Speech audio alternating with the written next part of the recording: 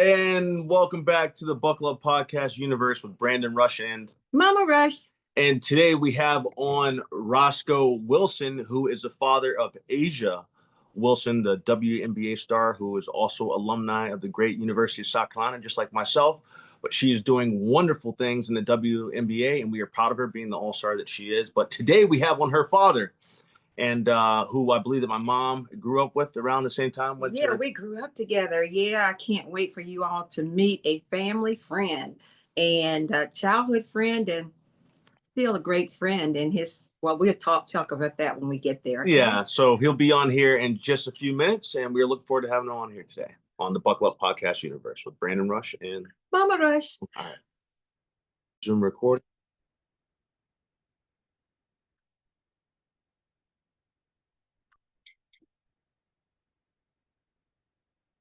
It should pop on here in a second. Oh, he's on. Yes, ma'am. I see that he's in. There he goes. What's going on? Not too much, Mr. Wilson. How are you doing? I'm Brandon Rush. I met you a while ago at my auntie's house one time. Oh, okay. Well, listen, I'm old. Can't remember what I did 15 minutes ago. Hey, it's all good. It's all good. Thank you so much for coming on the Buckle Up Podcast universe today with Brandon Rush and Mama Rush. And Mom. Mama Rush. Hey, Roscoe. How you doing? Doing great. How you doing, dear family friend? Yeah, I can't remember one. Now, I couldn't remember. I'm trying to remember the last time we actually saw each other. At Naomi's birthday party. Naomi's birthday party. You That's remember right. we came to that birthday party? Yeah, about 6 years ago. That's the last time I saw you. It's so great to see you. Yeah, it's so good to see you. And we're so happy you agreed to be on the show today, the Buckle Up Podcast show. And we now have how many people? We have 11 million viewers and listeners in 28 countries and 268 cities around the world. So we're doing pretty well. And we're on 6 continents. In 6 continents. Yes, that's correct. So we've done all right. I must be serving lunch or something. My God. Yeah. Well, we have something for everybody here. That's why we call it the Everyday Podcast. But today is all about you and your story. We want to hear. I know that you're friends with Virgil, and so Virgil was like, you have to check out Mr. Wilson too. You guys are some ballers back in the day, so we'd love to hear all about it. I've been growing up too in South Carolina. So start from wherever you like, but tell the story to our audience, please, Roscoe. And then I'm going to interject some things as well. Well, my father was a minister. We lived here in South Carolina. He was called to a church. He's from Texas. Our family on my father's side is all from Texas. We have very, very no relatives here in South Carolina. Oh, really? Mother's side, very, very few. Mm-hmm. Right here in South Carolina, it's myself, my wife Eva, my son Ronaldo, Asia, and then Preston. You remember Bubba? That's us. That's us in Columbia. We grew up here over on City Street, off Gervais Street. He is with the St. John, which is, I would think a typical African American religious right father led family. My dad was a very committed, anointed pastor. We had to follow his rules or die. Yeah. I'm looking back on it. I think I had a wonderful life. Just compared to what I've seen and where some other people have been, I think we had a wonderful life. My mother was Ethel was a wonderful mother. She was not your typical housewife mother, because my mother was not. She was not the cook. My mother was academic. Okay. She finished high school at 12, finished college at 16, had a master's when she was 20 years old. So that was her life. She liked to study. She liked to read. She liked to research. She traveled the world. We'd be sitting at the table in the morning by 14 years old, some maybe younger, and we would sit at the table eating, and she said, "Well, tomorrow I just want to let y'all know I'm flying out to go to China." I was like, "What? Really? What? You going to China?" Yeah. And she go to China, stay a year, you know. Oh, wow. Yeah, and then she come back to the table another couple of years later and said, listen, I just want to let you know I'm flying to Ghana. I'm flying to Ghana, Africa. Wow. I think that's where I got that from, because I don't have an issue with traveling, particularly back then. So she go to Ghana, Africa. We would stay with my daddy. He would be the cook. He'd be taking. And plus, the church would always take care of us. Absolutely.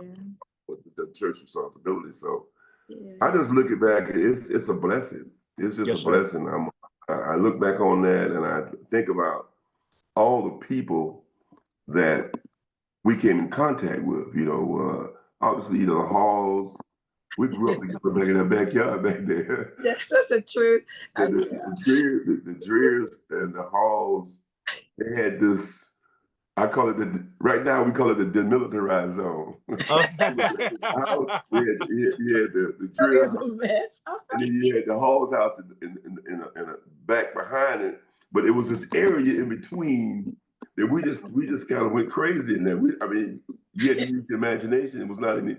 We didn't have any swings. I don't remember any swings, anything like that. It was just ground, and we played, do all kinds of things. Our own and was Yeah, and Wilbraham.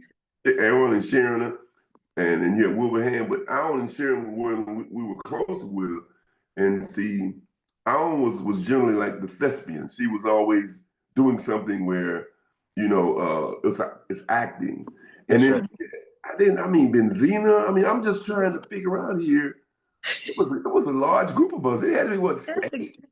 Because there were 6 children in our family. Yeah. And then the Dreers 3 in their family, and then the 2 Bubba and Roscoe. Okay. So we had plenty of kids, plenty of people around to have fun. Miss Dreer started what's now is called after school. Miss Dreer started the first after school program because when we went up there, obviously we went up there to play. But before we did anything, Ms. Drew makes sure you gonna get your lesson. You gonna sit down. You gonna do your whatever needed to be done. We did it. Yes, sir. Like I said, making me think about that. I'm looking back, and it was just a joy. I thinking about it now. It's part of the reasons why we're in the state of mind now, because we had good ground. We had a good grounding upbringing. Absolutely. You're around people but not necessarily related. Yeah. For extended amount of time, but you never thought about that. It was all kind of a family thing. Yes, sir. Mr. Hall was a carpenter. Mr. Drill was the entrepreneur. He had a store. So we were around a whole, an array of minds and what do we call it? Just a presence of different thinking, diverse thinking. Yes, sir. That's right. Because like I said, I used to watch Mr. Hall. He pretty much build our house, and we'd be standing there talking. He'd be just hammering and talking, and so you related in a number of ways. You saw a man. First of all, you saw a black man working. Yes, sir. Focus all day. Then you saw a black man that had an interest in you, respected you. He would talk to us like, because a lot of times you working, most people say, "Get away from me, kid. I got to get my work done." Yeah. But that was not Mr. Hall. He would just be working and talking. Yes, sir. But see, little did he know, little did we know, he was helping us because he was saying, "Listen, hand me that hammer over there." See that board over there? Bring that board over there. So he was getting some stuff done too. Yes, sir. And we were helping him with his overhead. Yes, absolutely. Absolutely. And they were such wonderful kids. We really enjoyed that. Yeah. That's amazing. Yeah. Well, what I wanted to say before we move forward, I want to talk about your dad, Reverend Wilson. That was my first pastor at St. John Baptist Church. And he's just a wonderful pastor. I just remember, tall. I remember it's so tall. Your dad's tall. And his mother, oh, Sister Wilson. We didn't call her First Lady at that time, but your mother's Dr. Wilson, I believe it is. And she was a University of South Carolina professor.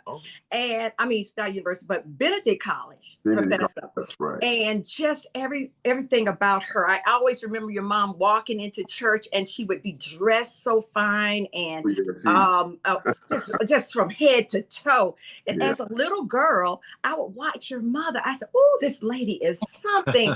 She carried herself with such dignity, and you knew she was brilliant. I just knew that because when we come to your house, she would have all her books and things around it. I mean, just so refined. And my mother was teaching us on the side porch too. We were learning during the summertime. During the summertime, we had school. I would tell everybody we had school, and after the school time, we'd get together. But Daddy loved your daddy. He loved your daddy. They were like good friends, just great friends. And they would talk about buildings together and all. And you said you were from Texas. Were you, your parents, were you born in Texas, born here in South Carolina? I was not born in Texas. I felt like I was because we were there a lot. We would go to Texas quite often. We would drive. Yeah. Oh my gosh, from Columbia, South Carolina, that's a 3-day trip, at least a 3-day trip. Wow. Holy smokes. So y'all would drive. We would drive. We would drive. We were young. We were very young, and it was driving was really doing segregation. So you know, when we stopped to eat, we get food and order the food, and they would go get it at the back of the store or back of the restaurant. We couldn't stop anywhere to eat. Yes, sir. We would just eat maybe on the side of the road or eat while we drive. Well, you know, my mom, I couldn't drive. I'm not old enough. Preston was not old enough. Between my mother and then I don't know if you remember Margaret Ann. I don't remember. Yeah, I remember Margaret Ann. Now that you mentioned Margaret Ann, that came back. I forgot about Margaret Ann. She was in the family very early. My mother and father adopted her from the Department of Juvenile Justice. I think she had an issue. Well, it was either Juvenile Justice or Social Services, or maybe both. And I don't know how they found her. My mother and father always did volunteer work at these programs, you know, either at Social Services, Department of Mental Health, Department of Juvenile Justice. And obviously they'd come up on people and meet people, and they met this young girl and they fell in love with her, so they adopted her. So it just seemed like when I was aware, she was there. Yeah. When she came in, she may have been there before we were, you know, as far as in the family. So she would take care of us, disciplinarian, oh my gosh. But that's how I learned the sweet. That's how I learned the sweet, wash dishes, take on bed. Again, I guess Mr. Hall talked to her too. So we had to she kept us, we was labor intensive. She would teach me how to sweep dust.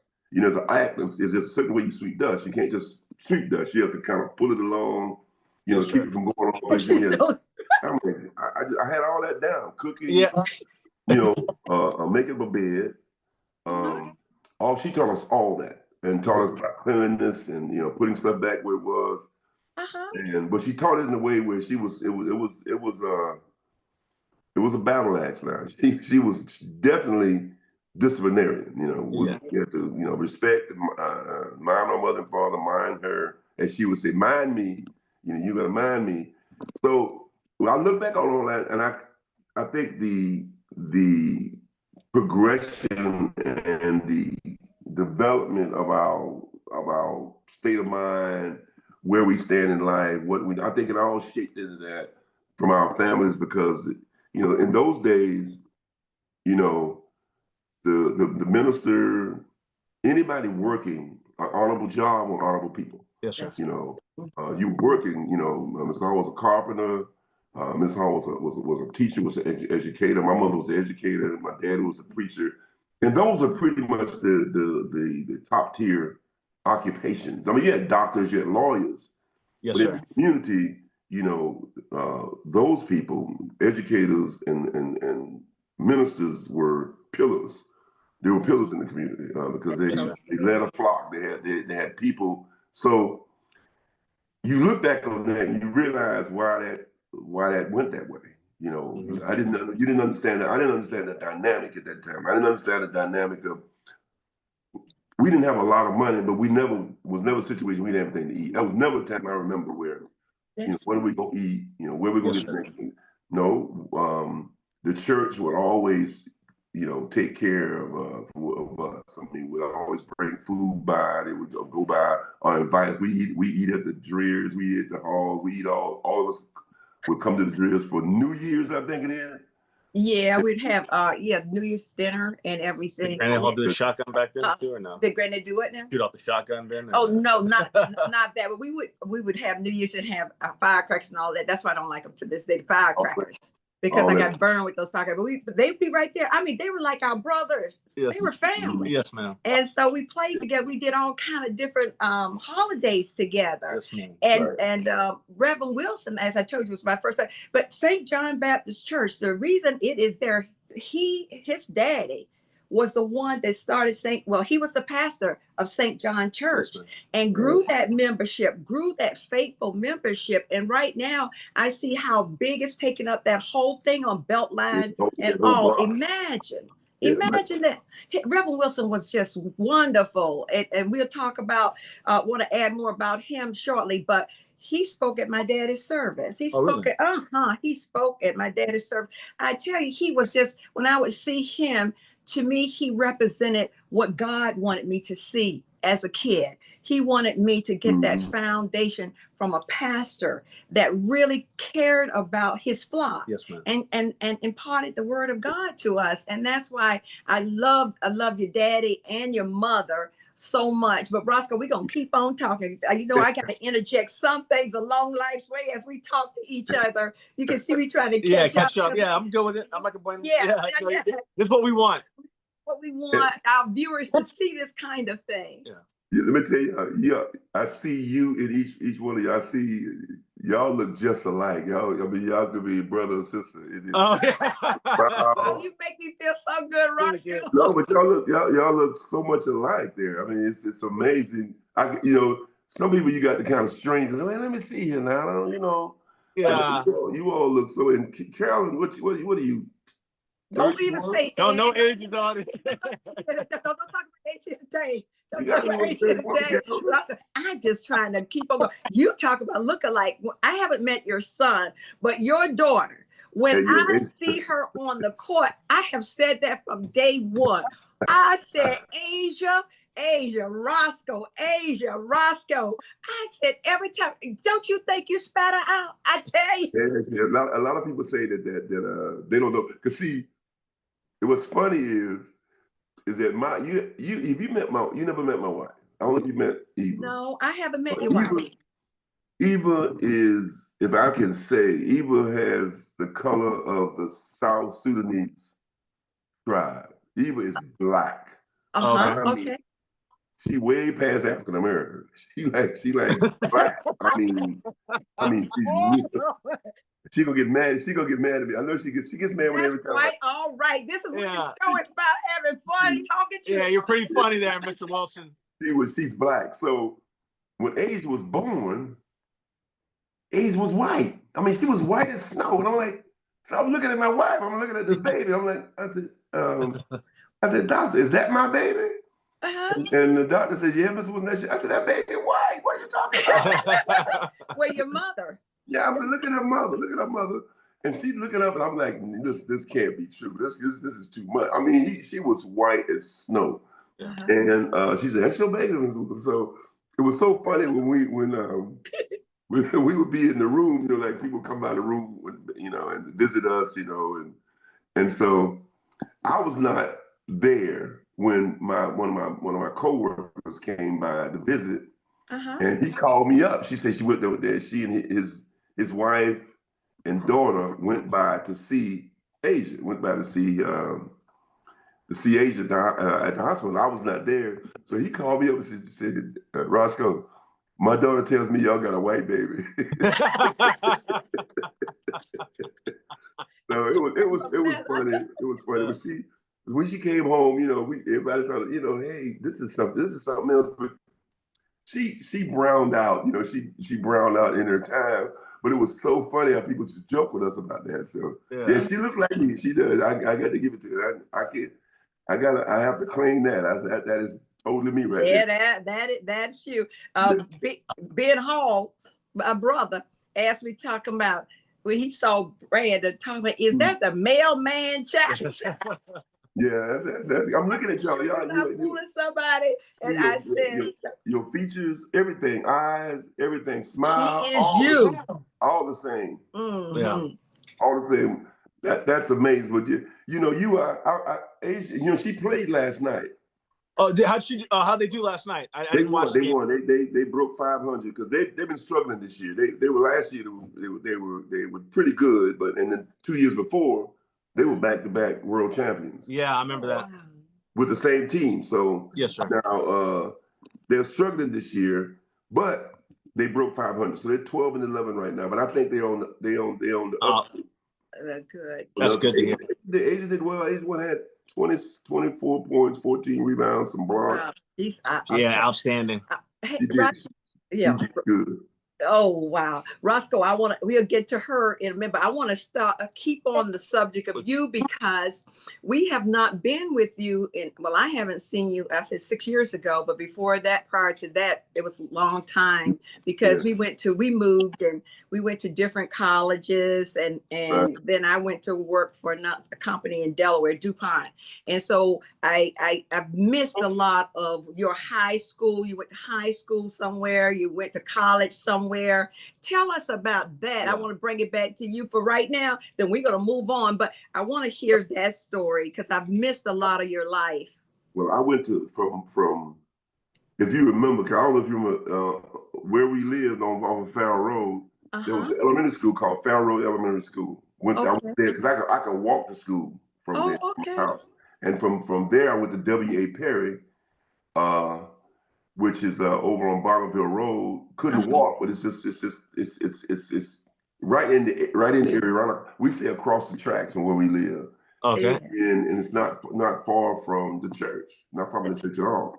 And from W.A. Perry, that was 1966. When I left Perry, which was the time of desegregation. Okay. I would have been zoned to go to C.A. Johnson. Yeah, oh wow, I know that. Yeah. Yeah, two prominent black high schools here in Columbia, which was Booker T. Washington, and C.A. Johnson, and but Eau Claire High School was all-white high school, was desegregated, was closer to me than any other schools. What? So I went to Eau Claire. Oh, okay. I was one of the first African Americans to attend that school. One of the first African Americans to play basketball at that school during that time, which is very, very, very interesting. I learned a lot from that. You had your first contact that time. That's right. With white people, and where you can sort of feel some acceptance, and you can also feel some hatred. Yeah. Racism. So it was a mix. That's right. So I think it helped me, to decipher some of the codes and some of the things that were not for me, and then can decipher some of the things that were for me. So it sort of helped me see things, see behind the curtain on the way we live as people, and how because that was my first interaction, because my preschool, elementary, junior high, and college were all black, all black, but high school from 10th grade to 12th grade, it was probably was what 800 students at the school, and probably 100 black kids. And, wow, that's right. That's the ratio. So we would go, and when I was playing, and I didn't really feel the two of the worst times I've had there was when Martin Luther King was assassinated. And, because there was a lot of tension then, because you had some people that were glad about it, you had people that just didn't like it. Oh, wow.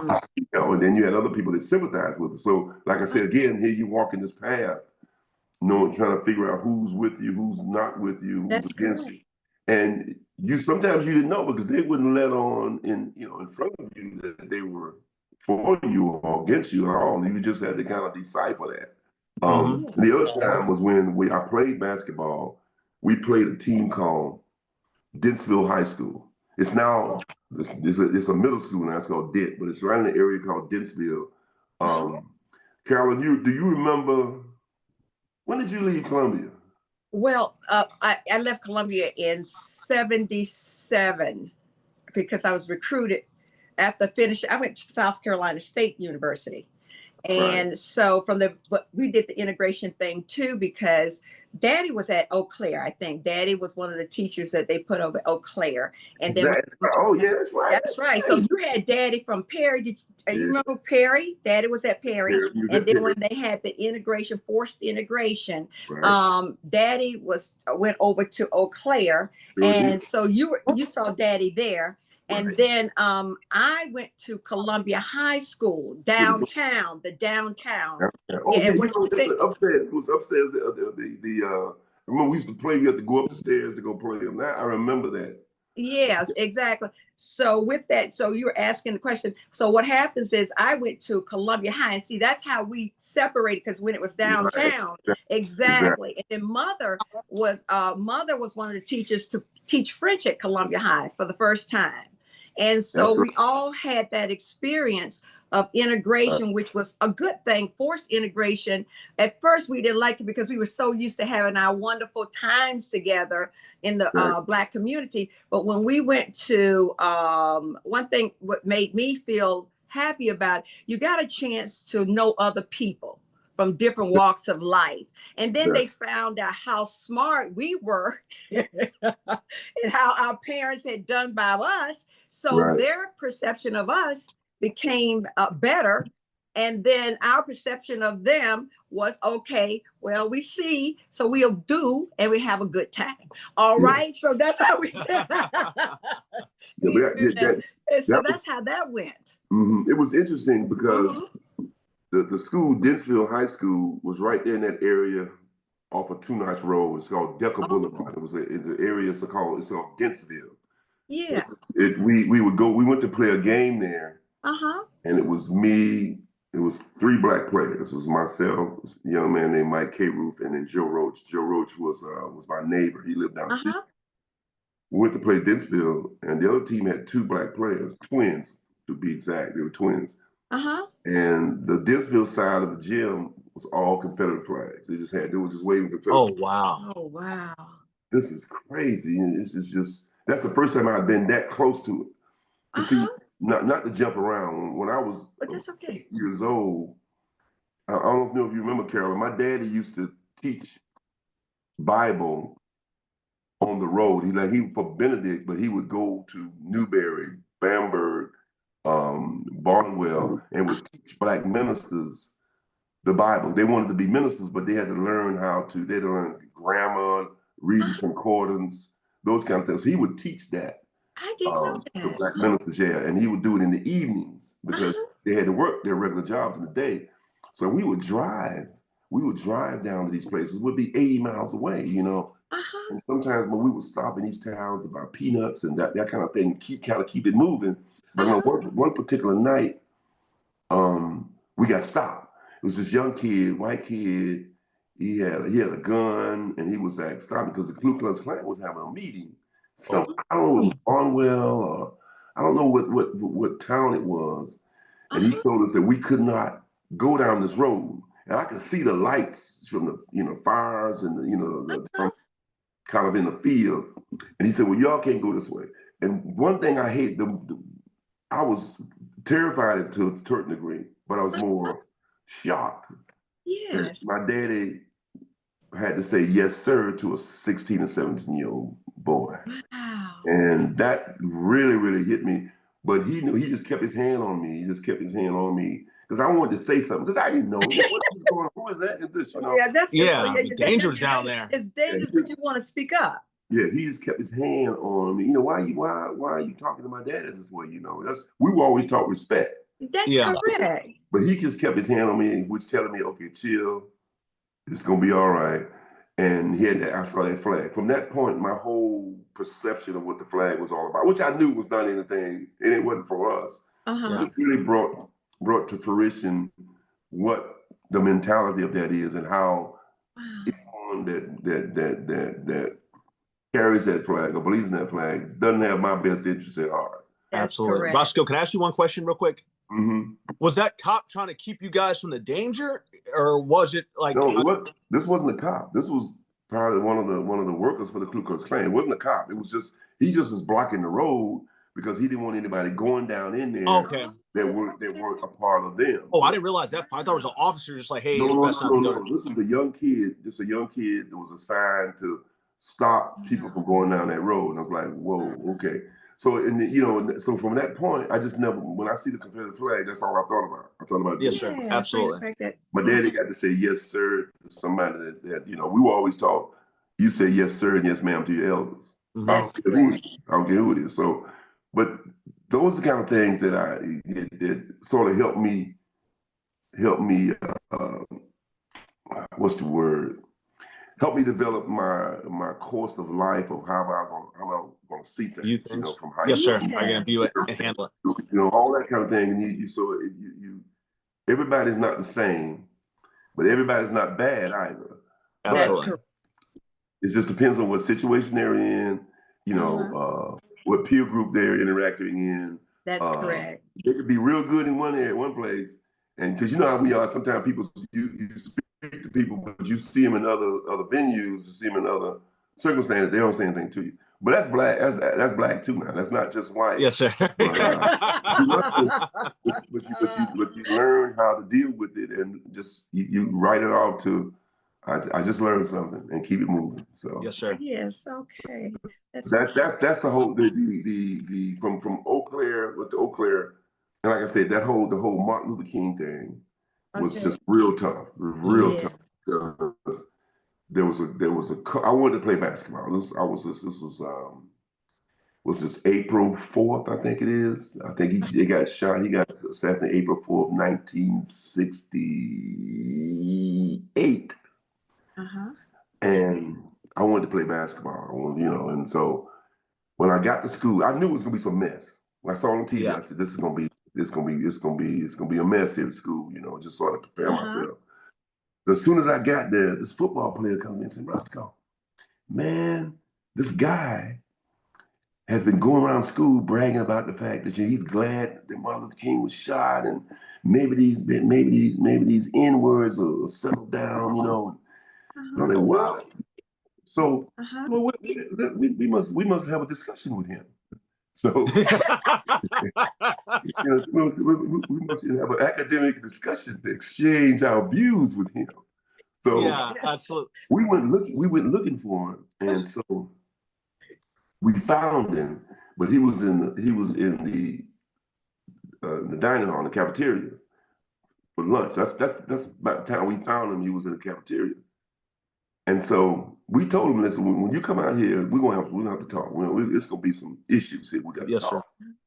And I said, so we waited and waited. The crowd starting to kind of come up, and just getting a little tense. And the coach for the basketball coach, his name was Dick Sheridan. I loved him. He was a white guy, but very nice, very focused young man. And so I'm out there, raising sand and telling people, this is not right. You can't do this, We're going to get you. And so the coach walks over to me very calm. He looked at me and said, Roscoe, he said, what are you doing? I said, this guy here said some very bad things about Martin Luther King. He was glad he was dead and all that stuff. And we're going to teach him a lesson. Mm-hmm. He said, Roscoe, there's a lot of other ways to teach people a lesson, A lot of other ways to teach people. And I didn't get it. I didn't get it. He was, he was trying to de-escalate the situation best way he could. I'm trying to escalate it the best way I could. So it's these two things going on. So he looks at me and he said, Roscoe, do you want to play basketball? I said, yes, sir, I certainly do. He said, well, go to class. That's what I was saying. He just go to class. And it just, right there, it just settled me down. Once he said basketball, I stopped. I went to class.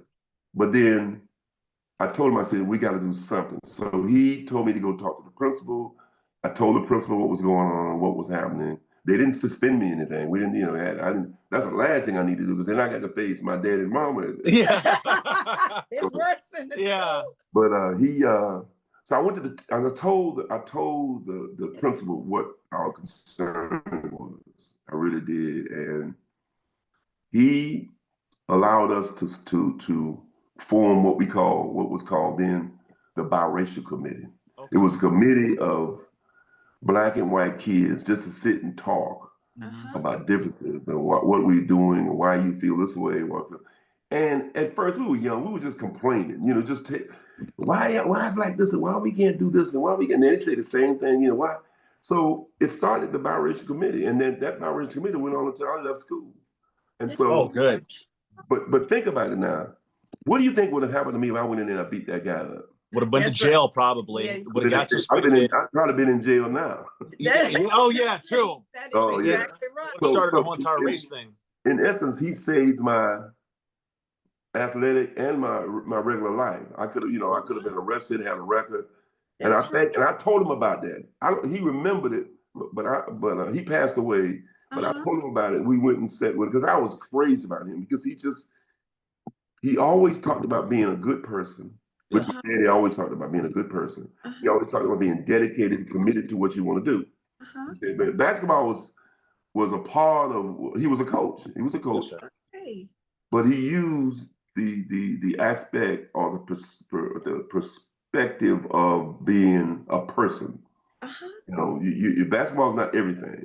Basketball is just a part of what you do. The other part of what you do is being responsible to your parents. Make up your bed. Respecting other people. So he brought all that into the equation. So he was smart. He knew that what he had to deal with because he had 3 Black players on the team and 9 other white players. And we had to live together. And he knew when we went into certain venues, helping our team deal with the fact that you got a Black player playing on the team. And most teams had at least 1 or 2 Black players. You didn't have any. But some of the venues we went in around South Carolina, we're not very friendly. We're not very friendly at all. He helped us through that. He did. Yes. He helped us through that because I knew he had our back. So that shaped me to this day. I never forget those times. And we went all the way to the state championship. We lost it. What position did you play on the team? Stop. It's frozen. Oh yeah. I played forward. You play forward, Mr. Wilson? Sorry, he froze a little bit. It'll come back in a second, Roscoe. Sometimes it freezes, so the connection lost a little bit, but it should pop back in here in about a few seconds or two. I see you on the back. Yes, sir. Mom asked what position you played. What position did you play on the basketball team? I played forward. Okay. I was a forward. I was a small forward, and my teammate was a power forward, and the other teammate, big guy, he's like 6'7". He was a center. How tall are you, Roscoe? So I'm 6'8". Wait, what? I'm sorry. What? You're 6'8"? Roscoe, I never realized how tall you. Holy, and you play small forward? Well, then, see, the thing about it is when I left high school, I was 6'4". When I graduated high school, in my first year in college, in the summer before I went to college, my freshman year, I grew 2 inches. I just sprouted up. And then the second year, going into my sophomore year, I grew another time. We were 6'8" in 2 years. So the coach was he was happy, but he was shocked. He was like, "Man, you got taller for the time, because I went to Benedict." But yeah, listen. I know we go all over the place. Listen, I'm 6'8". Age is 6'5".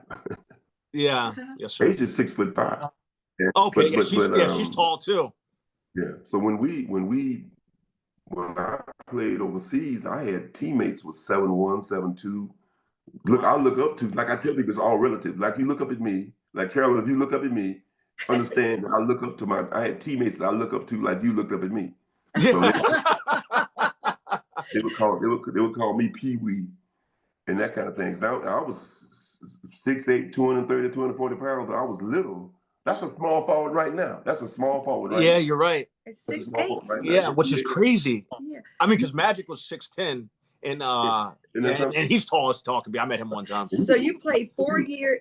You played at Benedict 4 years, and then you were recruited from Benedict. You played. How did Benedict do at that time as far as winning? We did pretty good. We like it was like just a little over 500. You know, we during my years at Benedict was the late 60s, early 70s. The going trend and understanding was that the better player came from the New York area, Philadelphia area, New Jersey area, Boston area, you know, Philly.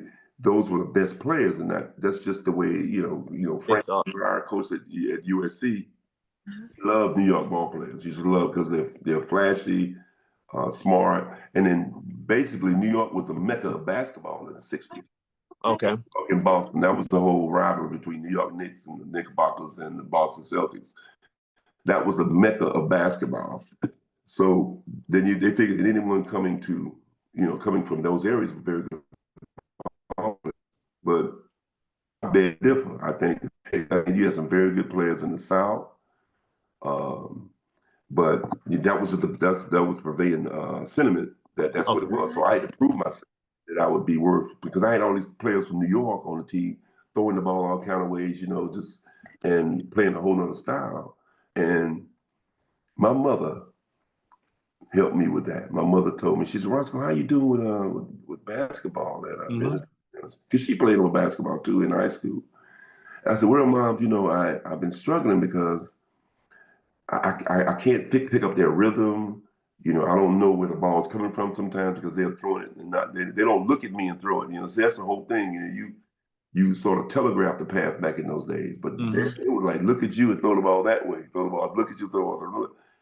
No, what they call no-look passes. Yes, sir. I'm getting bust side the head, and boom, boom. So she said, you know what she should do? She said, every time they miss, you get the rebound. Whether it's defense or offense. She said, every time they miss, if your teammate shoots and he misses, you get the rebound. Kind of like Dennis Rodman. Yeah. Yeah. She said that they're not going to shoot 100% from the floor. So you just make sure that percentage of times that they don't make the shot, you get the rebound. And I did that. Ended up being the 8th leading rebounder in the country. Holy smokes! All because of your mom giving you that advice. Mom told me just, it was a simple thing. It's a simple thing to do. When they miss, get the ball. That's all. Get the ball and put it back in, or get the ball and give it back to them, so they have a chance. And that just was that was my staple, was rebounding. So I would just rebound anytime I get a chance. I rebound, and it worked out for me. It worked out for me. It took me to some camps, some professional camps here in the States, and it took me to Europe for 10 years. So if you wouldn't mind, Mr. Wilson, will you tell that whole entire process of you going from either the camps to overseas? Because I'd love to hear about that as well. Well, what happened is that, like I told you before, that the prevailing sentiment was that New York and Boston, New Jersey, Baltimore, those northeastern states or cities, that's where your better ball players came from, because they could handle the ball. They were like, they were, modeling after Earl Pearl or Clyde, all these players, Bob Cousy. So that's the sentiment that came down to South. It came down South. So it migrated down South. The whole sentiment. Playing in college and sort of breaking through there, when they saw that they needed me, then it helped me be a better player. So I don't know if you all heard of the Rucker tournament, Oakham Rucker tournament. It's in New York City. It's what they call professional and amateur combinations, called Pro-Am. So you have players from the NBA playing with players just in the community, amateur players. But it was one of the top. You only really had two two big tournaments in on the East Coast. That was the Rucker tournament. Then you had the Baker League in Philadelphia. Okay. So you didn't sign up for those tournaments. You had to be invited to play. Yes, sir. So one of my mother's students, his name was Bob McCullough. Uh-huh. He was one of the originators of the Rucker tournament with Okay. Holcomb. So he kept saying, Roscoe, I want you to come up here and play in the Rucker. Oh, wow. I didn't feel confident. I said, man, he said, Roscoe, you need to come up here and play in the Rucker. And he took me about a year of convincing, because I didn't think I was good enough, you know. So finally I went, and they took care of me because my mother taught many of them that were working with her, taught them. So they felt not a debt, but hold on, my son, I don't even know how to take this off. It's all good. You're still on here. We still see everything. Yeah, we can see you. Okay, let me, And then Roscoe, I wanted to say one thing too, because you touched on something that's so important there, because this actually impacts everybody that listens. Going through that invisible wall of fear, because you said to yourself, I'm not good enough, I shouldn't be there. What got you to change your mind? Did you work on your game nonstop? What was it to change that mentality? Because that's the most important thing for everybody. It's very interesting. You're good. I see why you got 11 million. Thank you, sir. Well, what happened was, when I left college, I had a couple of invites to camps and things, to professional camps, and I took some of those. But basically, I was sort of left with getting a job, and working 8 to 5. And I got this job working for Department of Juvenile Justice, and I didn't like it at all. I didn't like it. I said, I don't want to do this. So there was a motivation there for me to do something else. I wanted to do something else, didn't know what it was. I kept playing. I played basketball. I kept playing basketball with the hope that something would break. So then, like I said, he was calling me and said, Roscoe, you need to come up here and play in the Rucker. Absolutely. So I finally got up enough nerve to say, okay, I'm going. Good. So I saved some money, packed my bags, flew to New York. I was staying on Long Island with one of my mother's adopted children from Africa. This story goes all kind of ways, but my mother adopted like 8 children from Africa. They all went to college. All went to college. They all lived with us. And one of them, her name was Cora. And Cora was a nurse, and so I was living in New York with them, and I would go into New York and play, and I would come back out to Long Island, which is, if you know it, I do. I lived in Queens twice, and I worked in New York the last 5 years. That F train, man, I ride that F train, and things. Yeah. That's a long ride. New York boy. Yeah. Right, you couldn't hang out in New York too long. Yes, sir. Because the F train stopped running at 12. Oh yeah. Out to all the way out in the Rock. So I would sometimes I'd be hanging. I said, forget it. I'd have to walk like a mile or two to get to the house. And I said, man, I can't do this no more. But I played in New York, and so the program was called Each One Teach One. Okay. And they would take a professional athlete and partner you with a kid like me. So they would teach me certain things. We'd play, and then we'd play in these tournaments. So I just got to playing, and I'm playing against some people who were my idols. Dr. J. Oh wow. All those. You had a number of players back in those days. And a lot of times, a lot of folks wouldn't know, but we would play. So I played in the Rucker tournament. Play every weekend. And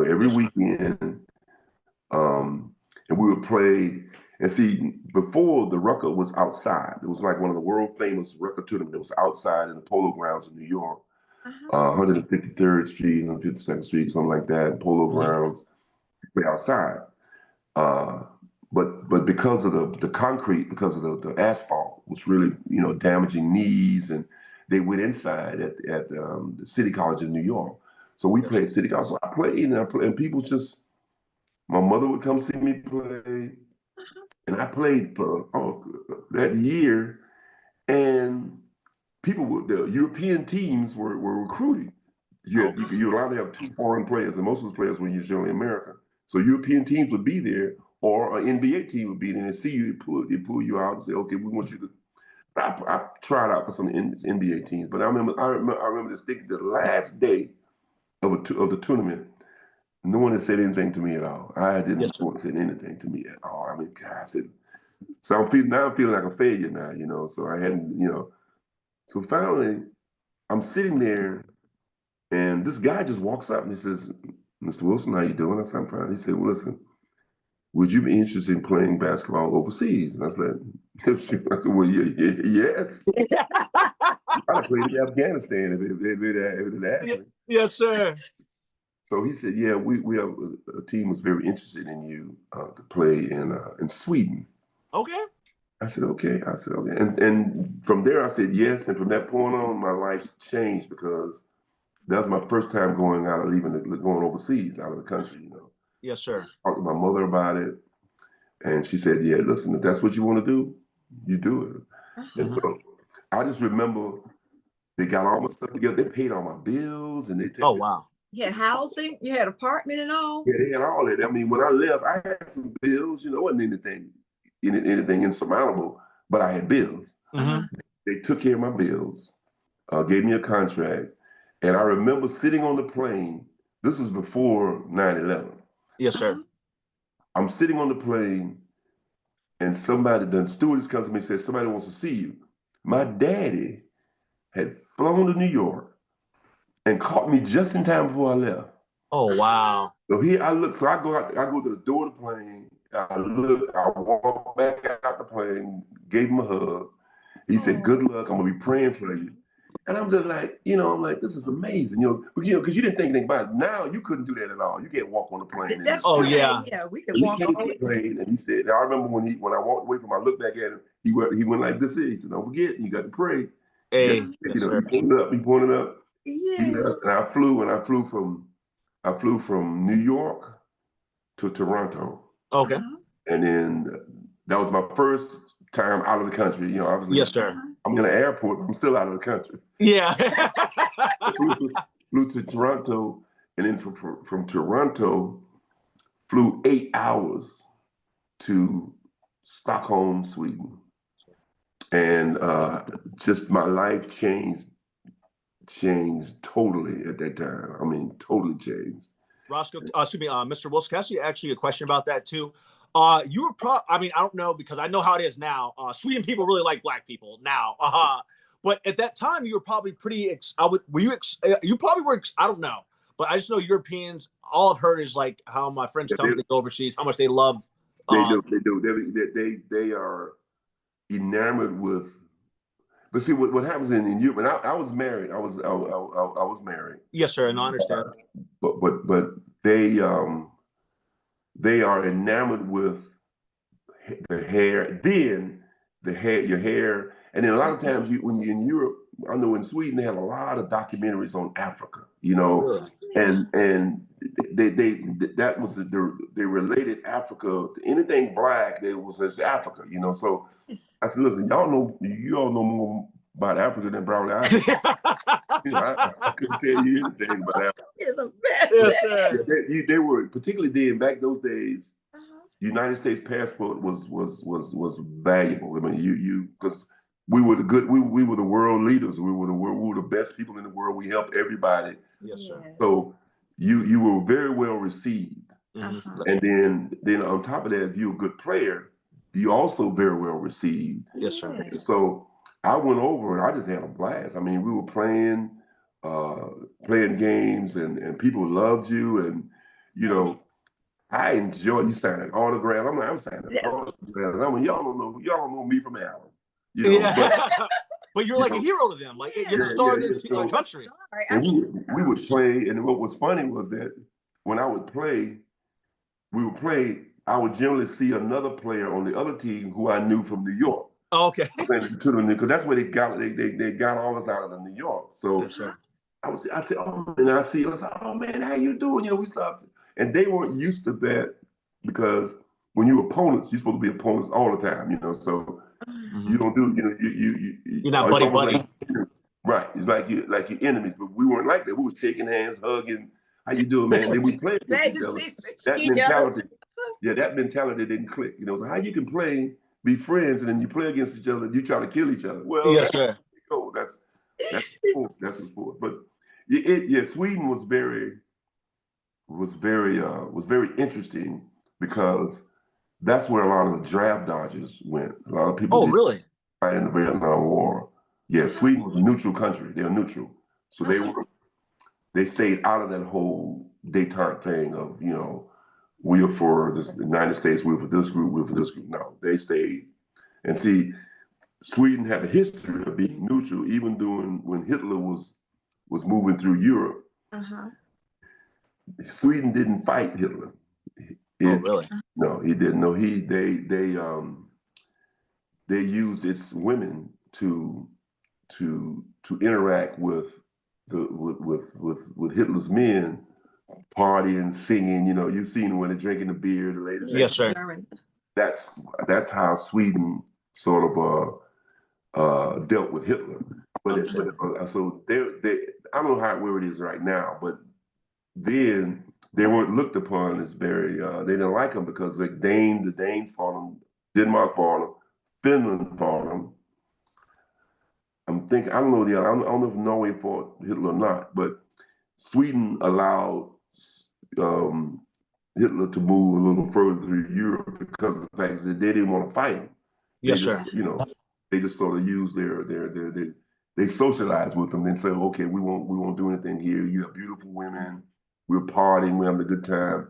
So they left Sweden alone. Now, where that stands in history, I can't, you know, I don't know where. Yes, sir. But it just then that's what it was. So you have a lot of draft dodgers who didn't want to go, who, you know, conscious and objective, whatever it would be, they would migrate in Sweden. Okay.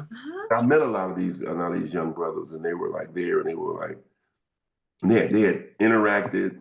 They got kids. They got, you know, Swedish African American kids, and they really wanted their parents to see their children. They couldn't because the president couldn't go back. Yeah. Because all that was just amazing. But they had beautiful kids. They formed their own lives, and I didn't. You know, I'm just there trying to play basketball and have a good time. Yeah. I couldn't get into I didn't get into politics. The whole the politics of how that worked, but they were just good people to know. Yes, sir. They were always hospitable, and, you know, you spend time with them. You break bread. They come to your games, and so finally, I can't remember the president. I don't know. I don't remember the president, but I know the president that was newly elected. He allowed the draft dodgers to come back to the States because they weren't allowed to come back to the United States. Oh, wow. So this guy was telling us how happy they were that they were allowed to come back. They weren't gonna stay. They were just gonna come back and let their parents see their grandchildren, and then go back. So they were pretty happy about that. So I stayed in Europe that year. It's a town called Södertälje. It was about an hour outside of Stockholm. Okay. Played there a year. I left, came back, went back to the Rucker. Didn't get picked up for about a year, and then they called me again and said, come back. So I brought me back to a team in the south of Sweden called Helsingborg, about an hour away from Copenhagen. Okay. And I stayed there. 2 years. Left again, didn't go back, and that team called me back. Okay. So I played one team for 4 years. Oh, wow. But understand, in between, those seasons were the same as the NBA. Okay. Ran from like October to April. Yes, sir. To the playoffs. So that's where their league went. They parallel the state league and state. So that means between April and September, that was your summer.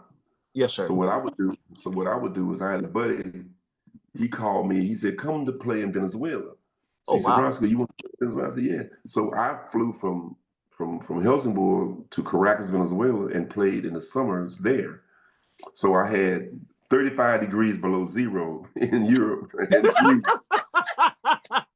And I would fly from from there and fly out to Venezuela where it's 85 degrees every day, sunshine, beach and everything. Oh shit. I was living the life. Yes, sir. It sounds like it. Oh man, it was great. It was great. But see, the thing was, it was a respite for me because the cold weather, the competition. But then the competition was great there. I loved it, but it was just different. It was just different. You just put your shorts on. I think one time over there, I don't think I combed my hair for 2 years. My hair was. I had twists before they even know they were twists. Oh yeah. It was that. It was really. So I remember I was surprised at my daddy. Coming back from Europe for his birthday. Oh, either for birthday or his church anniversary, his pastor anniversary. So when I got back, I was in Columbia for 2 or 3 days. He didn't know it. I was just in Columbia staying. You know the Casey, Bubba Casey. Carol, you remember James Casey, Mr. Casey? Oh yeah, James Casey. Yes, I remember them. He lived right across the street from the church. I stayed with him there, and he kept saying, Roscoe, man, your daddy gonna kill you once he sees your head. Once he sees your head. Because I had this mini afro. It was mini, but all I could do was, twist my hair. I couldn't. You didn't have black barbers in Europe. You really didn't either. It was a zip cut. You just zip it off. Yes, sir. And then I agonized over that, and I said, if I can't walk in with my hair like this, it just, because I respected my dad. Absolutely. I would not do that, anything to shame my daddy. So I went to the barber shop and I cut it off, and I was like, God damn, I cut it off. But it worked out. He, you didn't know it worked out. It grew back when I went back to Europe. Okay. Yes, sir. But I just remember those times, man. It was just, traveling between, you have to understand, started out in Sweden, from Sweden to Venezuela, from Venezuela to Argentina, Uruguay, Ecuador, France, Italy, Spain. You've seen the world. Yeah. Oh yeah. You had a beautiful experience. Yeah.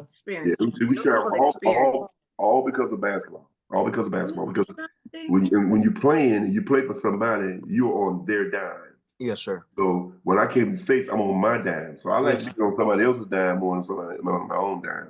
Absolutely. But it allowed me to travel everywhere. And then to come to this point now, and I knew I want to be moving too fast. Slow me up if I am. Oh yeah, actually, Virgil, I'm sorry, not Virgil. Sorry, I didn't even say Virgil. I talked to Virgil the other day. Right. Mr. Wilson, my question is this: how did your outlook on life kind of change? Because now you're, for instance, I no longer live in Virginia or South Carolina, even though I'm here right now. I have lived in New York. I've lived in Los Angeles. I've worked all over the United States and Mexico. With you being from South Carolina originally, and then only probably going to Texas and New York, you've now seen the world at this point. How did your view? You have a different outlook, I feel like, at that point. You've seen so many things that your peers around you haven't seen back home. How did that change your outlook? Or you as a human? Well, yeah, because it changed dramatically. I shouldn't say dramatically. It changed to a surreal perspective, because a lot of the places I went, visited, were places I would see in a book. So your encyclopedia. I'd always look at these places. My mother would understand, bringing this full circle. Remember, my mother was a historian. Yes, sir. My mother traveled the world. She would come back with all these items and artifacts, and she would come back and bring pictures of the Eiffel Tower, bring pictures of the Arc de Triomphe, pictures of the what's the place in India? Oh my gosh, Taj Mahal. In India? Oh, Taj Mahal? Taj Mahal, yeah. Taj Mahal. Yes, sir. She visited all these places. She visited China. She was, the Wall of China, the Great Wall of China. So I was seeing these places, then be able to go visit and see these places myself. It just brings it full circle. Okay, this was it's all about. So it's an education. So, everybody wants you to get a master's, but I'm gonna tell you right now, I would take traveling and visiting and learning and traveling and visiting and learning about cultures in Africa before a master's degree. Because it teaches so much about people. And probably the reason why I am what I am today is because I haven't been hardened by certain aspects of what's happened to me as a Black man. because I'm saying it's a microcosm of what's going on around the world. Now it's a little bit different now. Yeah. But yeah, just a little bit. Just a tiny little bit different right now. Yes, sir. But to be able to see all that and to say that, listen, that's what you ever notice that people who have traveled or people who've been places that weren't before, they are different people. They see things totally different because of the fact that you experience something in a vacuum. You experience racism, you experience all this stuff, and it's in a small space, not a real big space. Yes, sir. Like I said, it's a little different now. Yes, sir. Yes. But then, like I said, I had my Eau Claire High School experience. I had my Dennisville experience, and that's a small space. But then to be able to go and see places that people look at you as just being you and not necessarily that you, if you are Black, they're more fascinated by it than intimidated by it. Yes, sir. It's not all about what somebody hates you. It's about people just don't know. Yes, sir. You don't. It's not the fact. Fear is a result of not having any knowledge, not having any kind of understanding of somebody. So you're gonna fear them.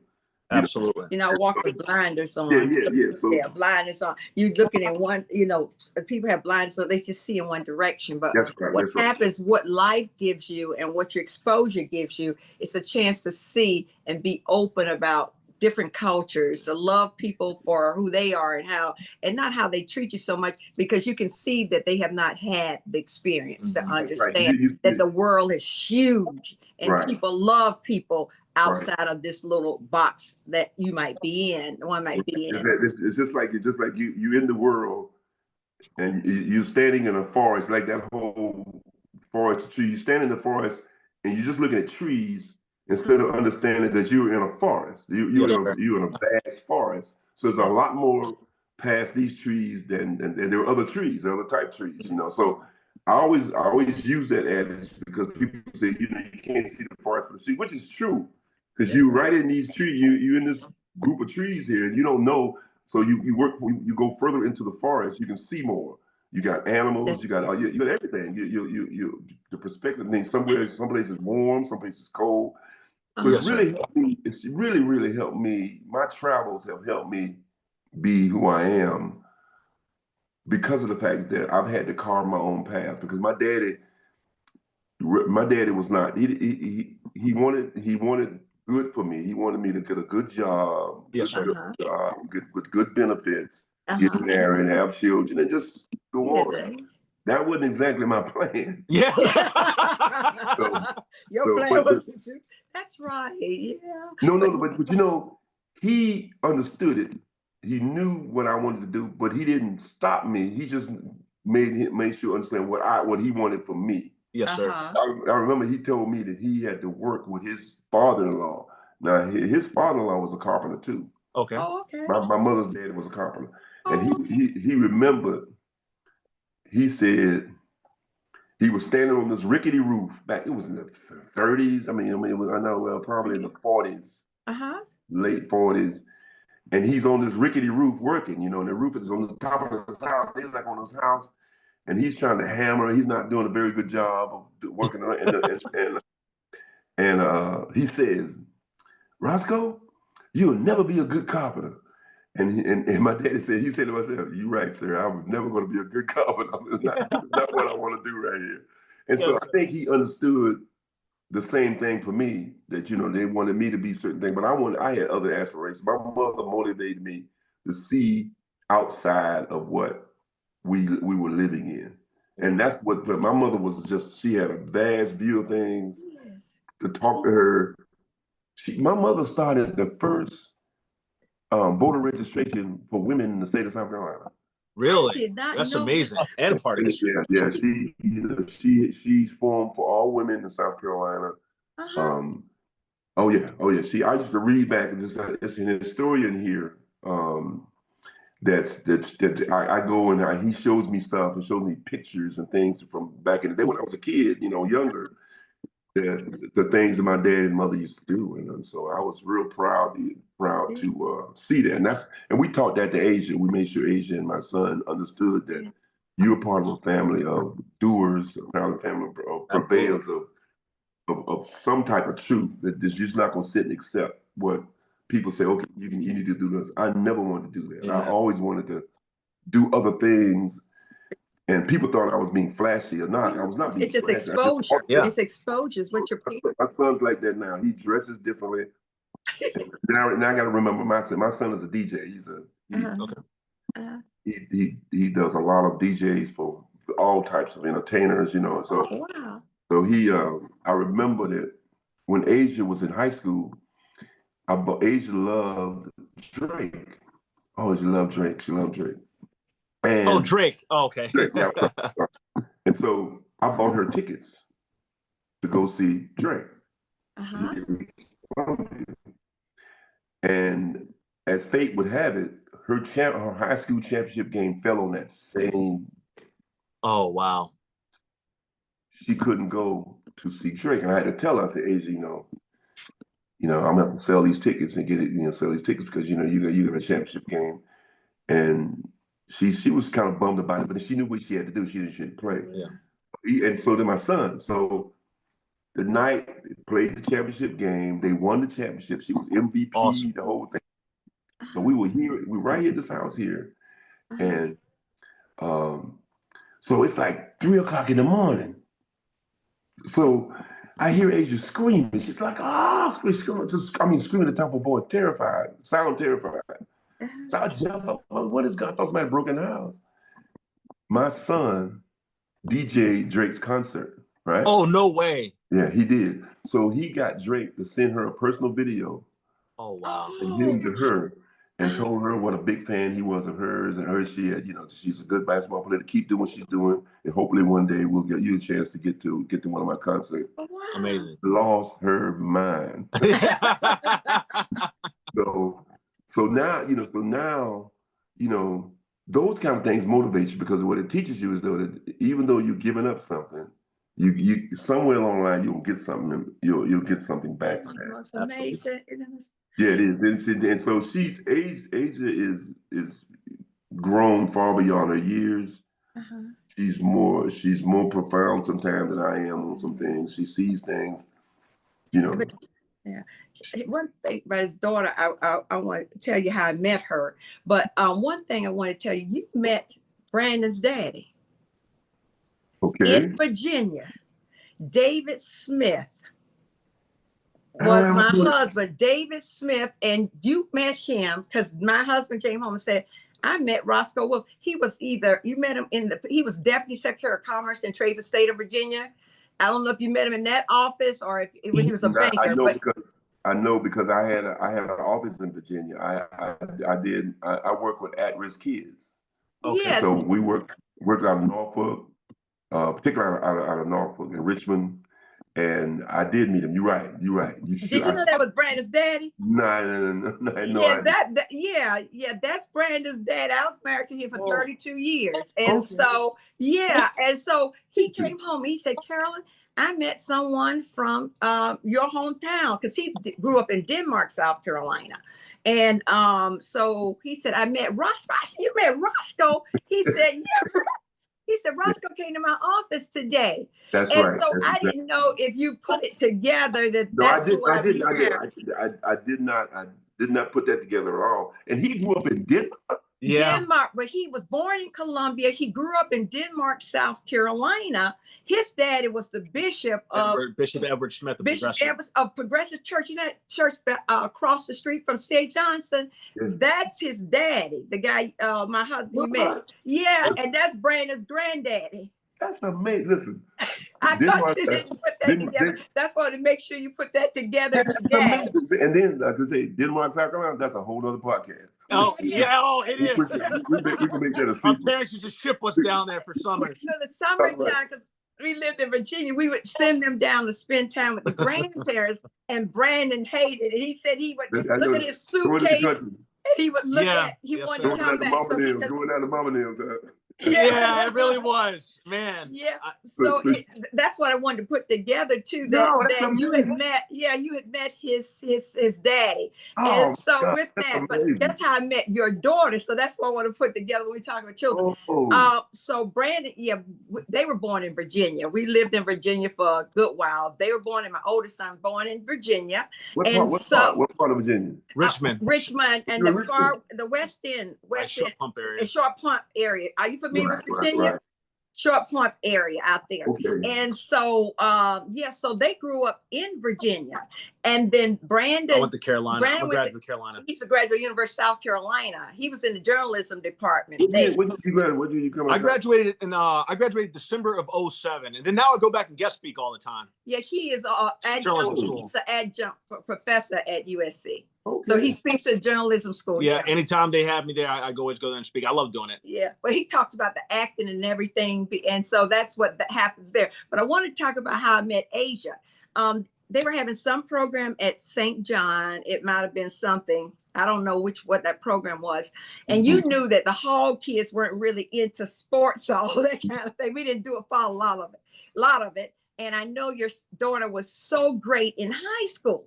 And so I didn't know at the time. So Naomi and I came over to you and you said, hey, Carolyn, you have to meet my daughter. And I said, okay. And she was still in high school. And I said, okay. So I saw this beautiful, tall girl walk up to me and everything. And so you said to us, she is very good in basketball. I said, oh, she is. I said, oh, so are you very good in basketball? She said, well, I do. Really humble. I do very well. I said, well, let me shake your hand. Just do it like, let me shake your hand and maybe one day I'll see you out there playing somewhere. That's all I said. But I remember that because you wanted us to know, because you knew we didn't know anything about Asia. And you said, she's just very good. And you were very humble in that, but you knew that we didn't do a lot of sports. So you knew we hadn't seen your daughter or anything. And I don't think at that time we had seen each other for some time. Right. And so it was just so nice before. She was still in high school when I met her. And just so polite. So in high school, right there, St. John, you know how we sit on the back row at St. John. My mother said 6 kids, we go to the back row, because she didn't want us all over the church. So your daughter was so sweet. And I looked at her at that time and she was such a humble spirit. Yeah. And in fact, that's what I appreciate. Sometimes I will see her play and I see how she will not get in fights. She'll go to the side when they're doing all that crazy out there. And that's from what I know it comes from your parents. I don't know if she was born when your mother was still alive. No. But I want you to know that, the way I can see that. When I saw Asia the first time I met, I thought about her grandmother. Dr. Wilson. And I said, if only Dr. Wilson could see her granddaughter now. And then I think about Reverend Wilson and I think about the positive seeds your parents, and as I say about my parents too, planting in this earth. And now we see. Now we see, I see Brandon and all the TV shows and stuff, but I see your daughter and I see the difference she has made, the impact she's making in the world. And I said, those were the seeds that our parents planted. And when the way she carries herself, the way she is, and I thank the Lord for your parents about Asia, because and about you and your wife now with molding her, because those types of things God has planted, and I now see it in your daughter, and what a difference she is really making, Roscoe. Yeah. But I wanted to put David with Brandon. I wanted you to know that, but I wanted you to tell a little bit. I didn't realize that. I remember that was probably 20 plus years ago. Yes, it was. I was alive. And I thought when I saw her again play, and I said at USC, I've never seen her play live. I just looked at her on TV, and I would say to my kids, or I say, that's Roscoe's. I said, I know her daddy. That's all I said. We grew up with her daddy. And I just think that, and we'll do that subject another time, but the making of champions. That's a Yeah. subject I'd like for us both to talk about one day, because when I talk about Brandon, I'm always so impressed. When he left USC, he said, Mom, I'm going to Hollywood. He said, I'm going to go and be an actor. That's what he told me. There you And go. Brandon, tell the story about being an actor, because, you know, our parents pushed us, Roscoe. Right. You know how my parents pushed us, and yours too. Yeah, I'll make it kind of simple. A couple things here, but I wanted to also agree with my mom. I love that about Asia, the fact that her talent does all the talking, and and the fact that everything she does is perfect. And you guys have done a wonderful job in raising her. She's a shining example of how men and women should be in that spotlight, in that field, and everything. So I wanted to say that. And we were proud of her too. I tell you, she does so much. So when I decided to go, I used to go take my parents to dinner every Wednesday. My grandparents to dinner every Wednesday when I was at University of South Carolina. But on one particular Wednesday, I told my grandma, "Hey, I want to be that thing on TV." While my grandfather was still at the church, I said, "I want to be an actor." And she's like, "What do you want to be?" She's like, "I said I want to be an actor." Not my parents. On the Smith side, my dad's side, she's like, "You can't be no actor." And I got so upset that I went outside and like I called my mom. I said, "Mom, Grandma says that I can't be an actor." And Mom said, "Baby, you can be anything that you want to be in this lifetime." And so I stopped studying for the GMAT to go back and get my business degree, master's anyway, from University of South Carolina, my MBA. And I studied for this acting school, which I ended up getting into. And then my mom and my dad supported me 100% with going out to LA and doing that.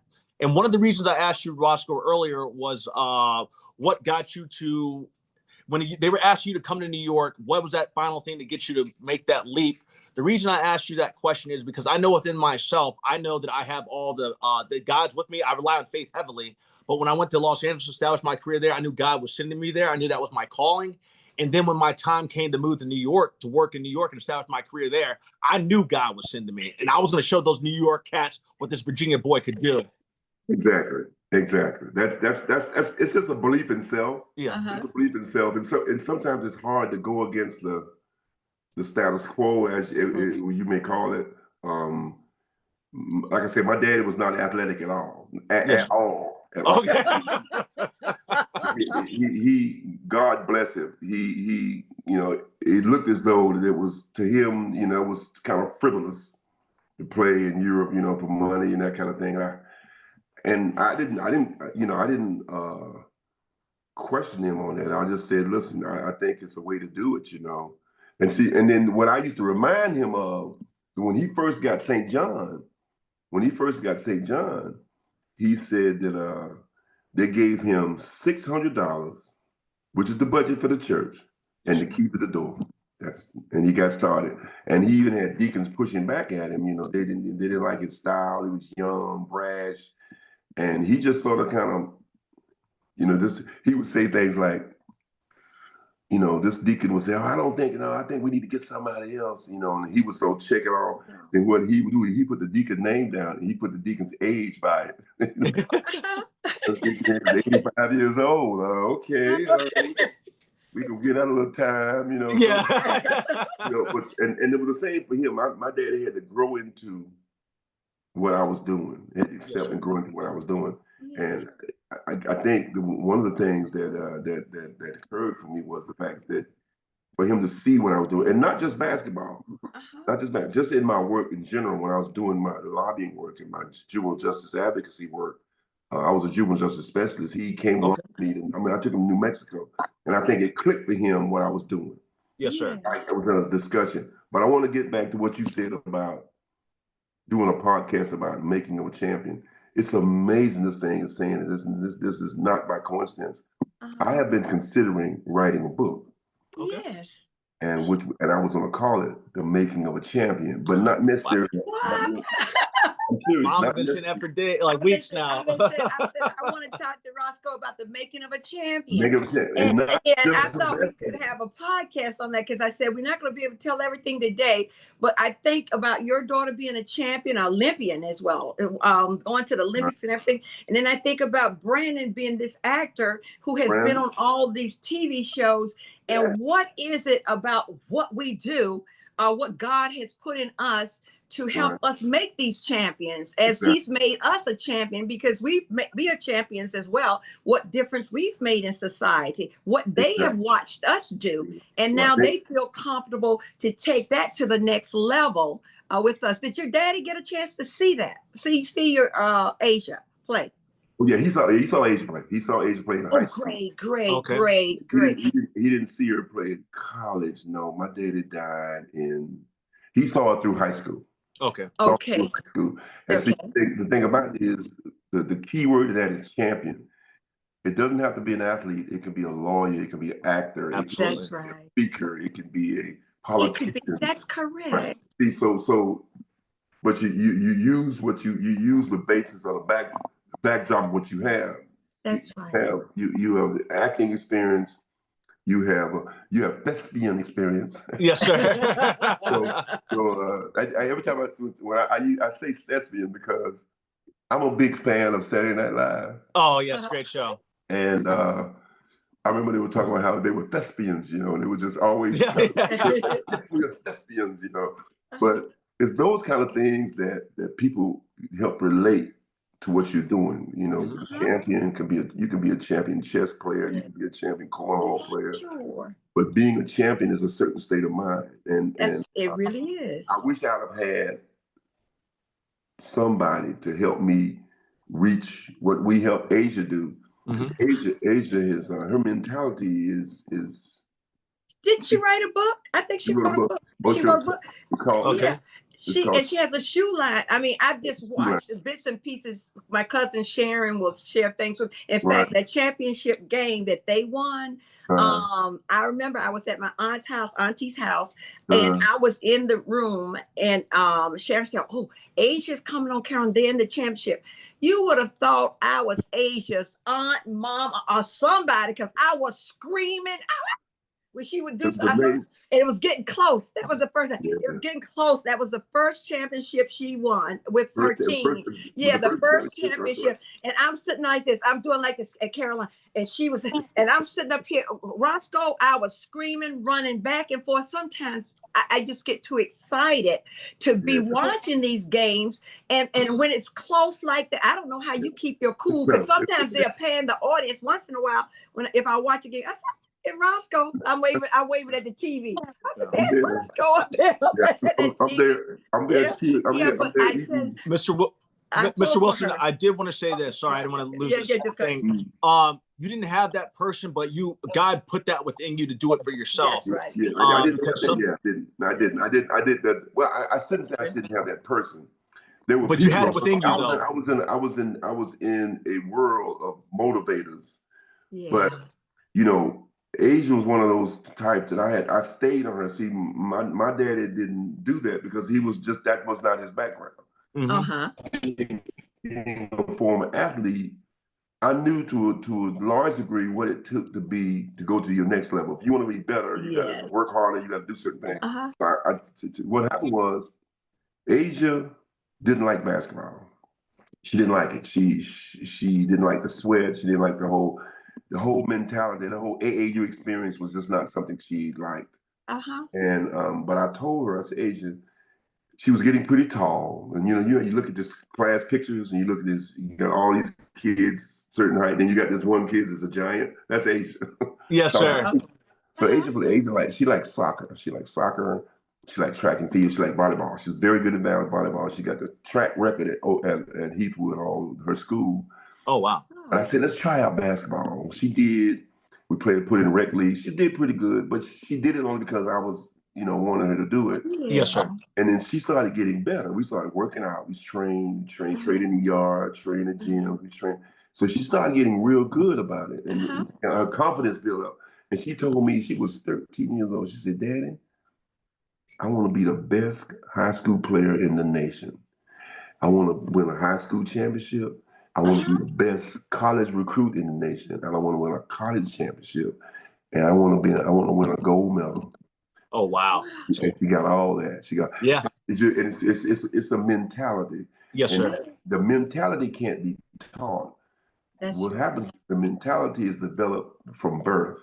From the time you come to this world, your parents are going to pour stuff into you That's that right. you don't think that you need. You know, you don't think that you think they're just fussing at you. You think you just, you know, you think about the times that your daddy and mama got on you about something. You know, oh, y'all crazy, you know. Out of mind. You know, what do you want me to? You want me to do my homework? You know, so that kind of stuff. You know, you want me to come in at a certain time. You know, what is wrong with y'all? You know, just say it in my head. You know, Yes, but sir. it's a discipline.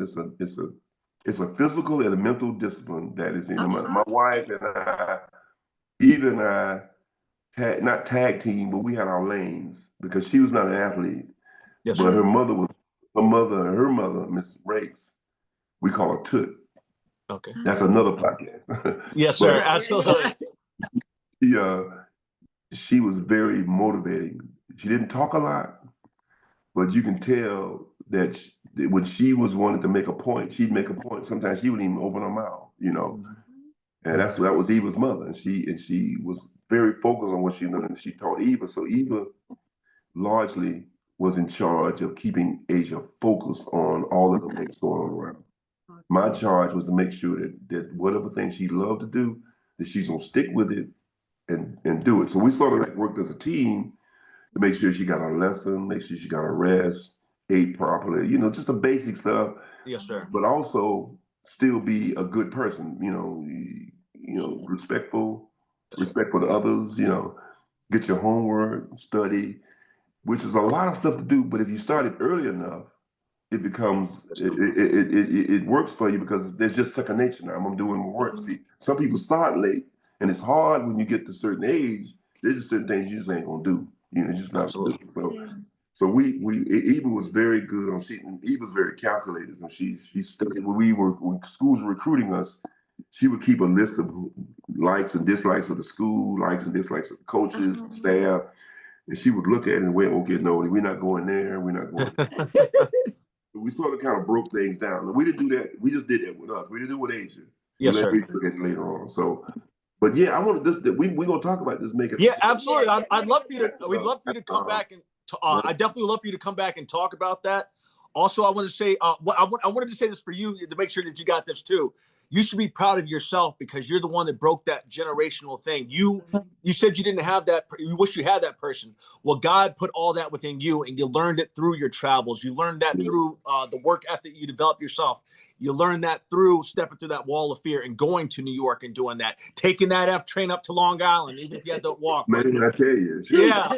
But you did all those things, and then now you within yourself, because God bless you with that, and your dad shows up. Your dad showed up there to give you that support, and your mom had already gone out in the world, so you had that shining star, the North Star, in both your parents. That you could look at that for that advice, at least for that. If they can do it, I can do it too. I like that perspective.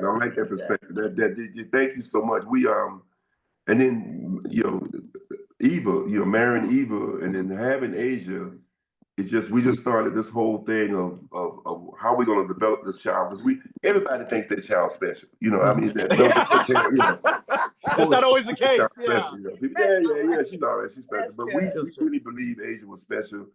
My daddy worried about her because she was left-handed and she was long, and she's like, my daddy once said, man, Asia's going to have some struggles, because she's left-handed and she's tall. Nobody gonna want to marry her. I said, well, yeah, that's very good. Yeah. That's the way we planned it. Daddies love their girls. Yeah. But I want to tell you, Carol, it's amazing how we keep popping back in each other's lives. Exactly.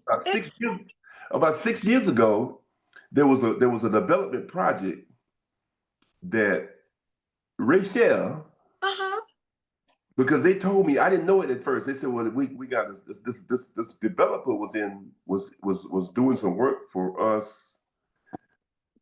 The developer called me. I don't know how he called me. He called me and said, I got this developer in North Carolina that's trying to get North Carolina tax credits to pay for South Carolina development. I'm like, well, I don't know how that's going to work, So he said, yeah, I'm saying he was really giving this group a tough time, and they contacted me and the senator. There's a senator now. His name is Darrell Jackson. He's a senator for South Carolina.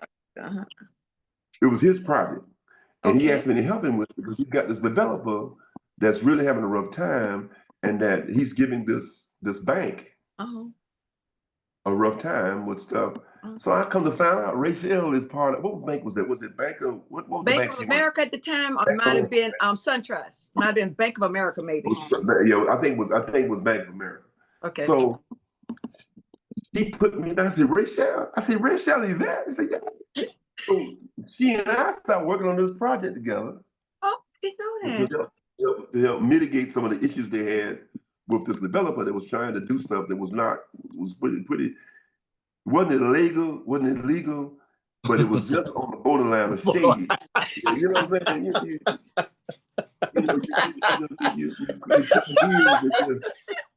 This guy, no, she didn't like it. She didn't like him at all. She didn't like it. So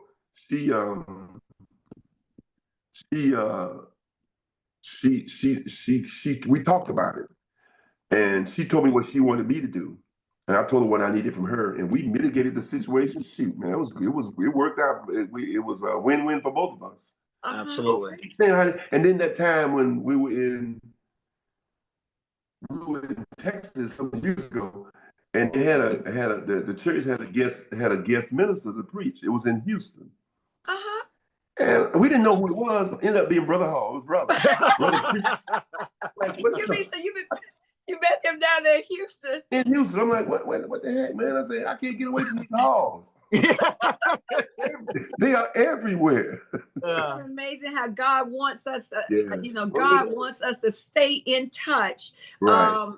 He just wants that to happen, and because we all grew up, and it's so great to see what God is doing, how He's making that happen for us. Yeah, it's amazing to look back, because I was just sitting at a basketball game with one of my godsons, and it just happened that Virgil's grandson and my godson were on the same team. Okay.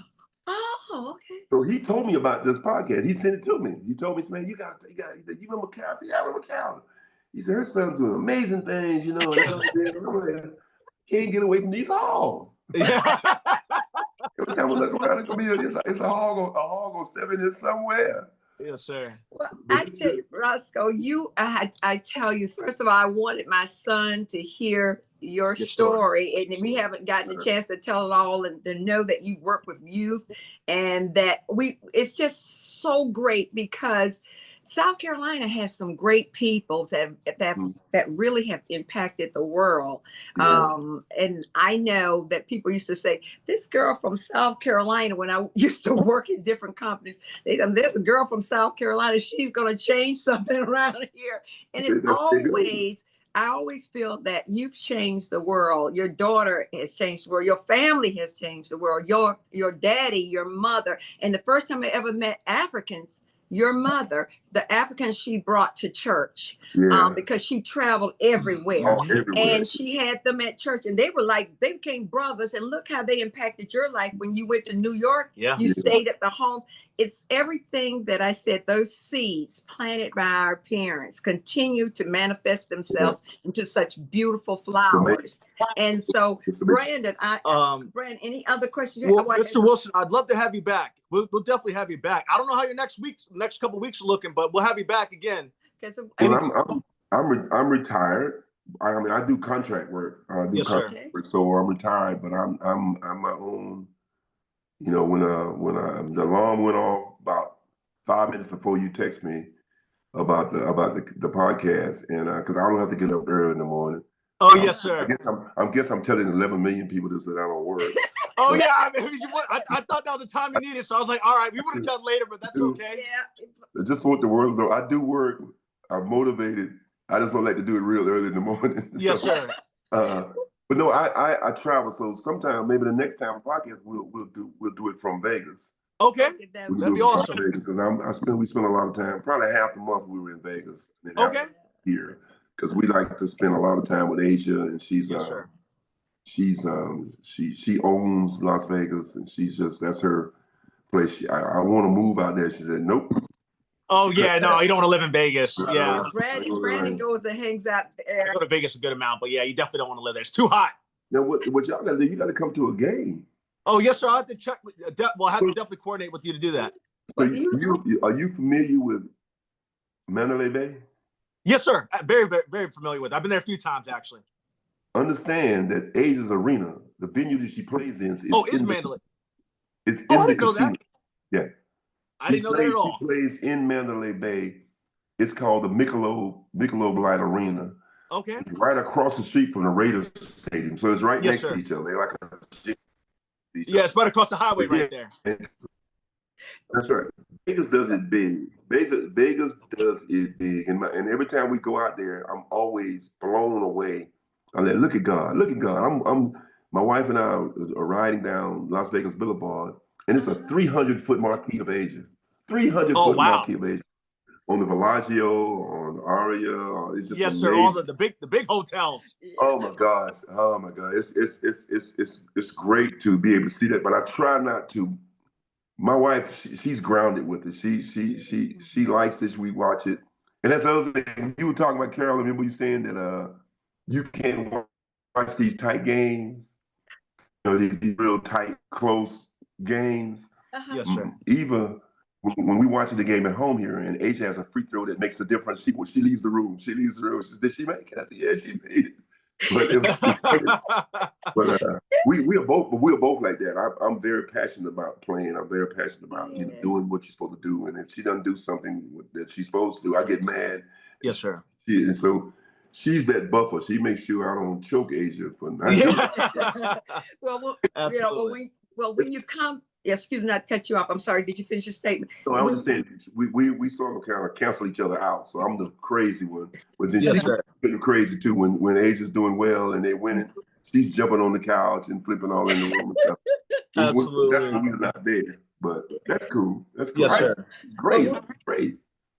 Well, when we come together again with the podcast, I want to talk about the making of champions and the mindset, and would like to talk, want to really give this a segment for Asia, because I think the world needs to know her. The world already knows her through the Olympics, but to know that the Buckle Up podcast universe wants her seen, wants you, the father, to really for them to put that together, that you are the daddy of her. And so we wanted them to hear you first, your story. We want all stories told, but your story is something, because it's so I enjoyed it today. I've enjoyed it so much. I enjoyed it so much today.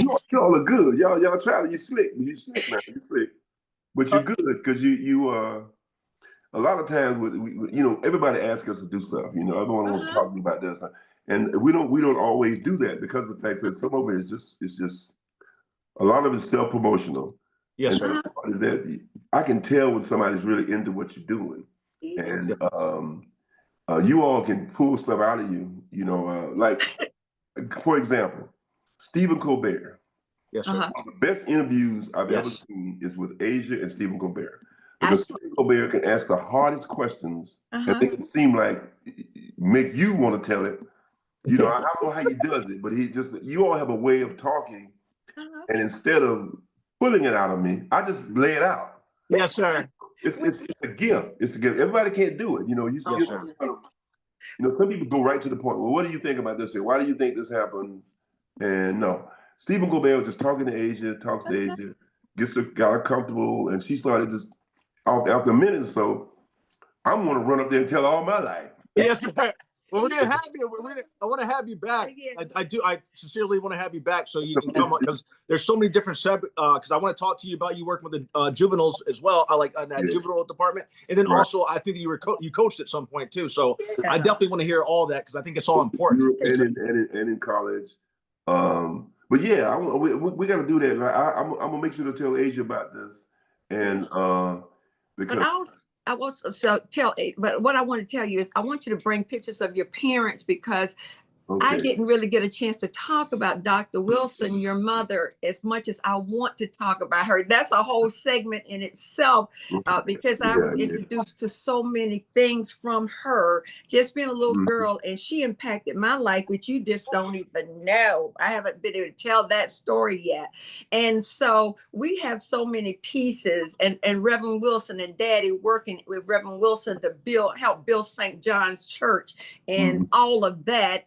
it's just so many layers of us. In the time that Ben and I almost drowned at the church picnic, and so it's so many things that we can't tell you the truth. So that's why we must have you again. But we're real people, as you're real like that, and we're Southern real people. And I don't know if you knew Stephen Colbert is from South Carolina. Yeah, he is. Yeah, so these Southern people don't approach you, but I don't know how they are. But anyway, we have a good time. Yes, sir. We keep it real. Yeah, we keep it real. We're real people. I got a picture of you, Carolyn.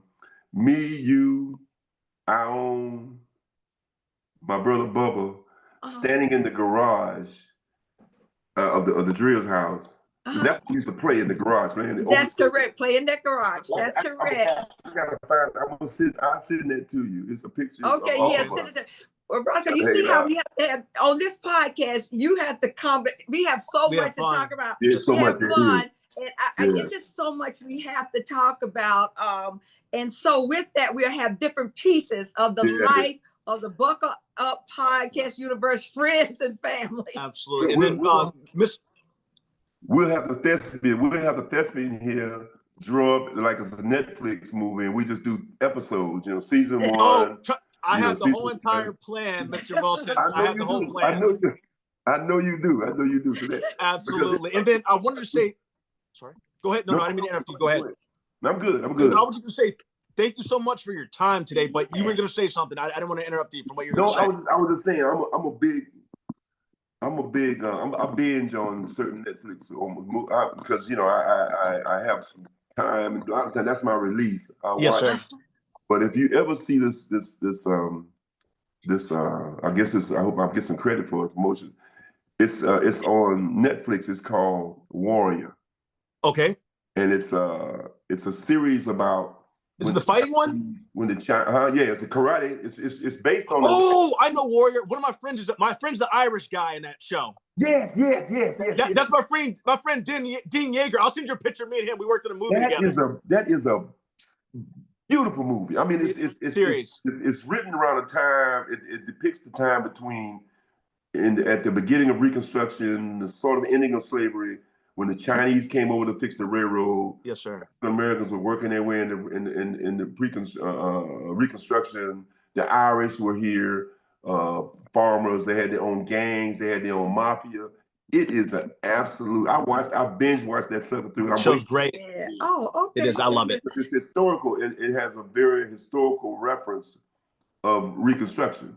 Because you talk about how Chinese people work on the railroad, help build the railroads. How Black people, everything they did up to Reconstruction. Yes, sir. So it has some realistic value to it. And then you talk about the Irish, because the Irish were there were some wild folks. Now they were. Yes, sir. They were hard workers, and see the way it depicted the Irish started this whole thing of unions. Started this whole. That's I don't know which actor it is. Dean, he's the main guy. He's the main Irish guy, the main one. Yes, of that group. You tell him he had to grow on me because I didn't like him at first. Oh, Dean, I didn't like him at first. But to look at him to see, because a lot of it was about racism, and how they didn't like.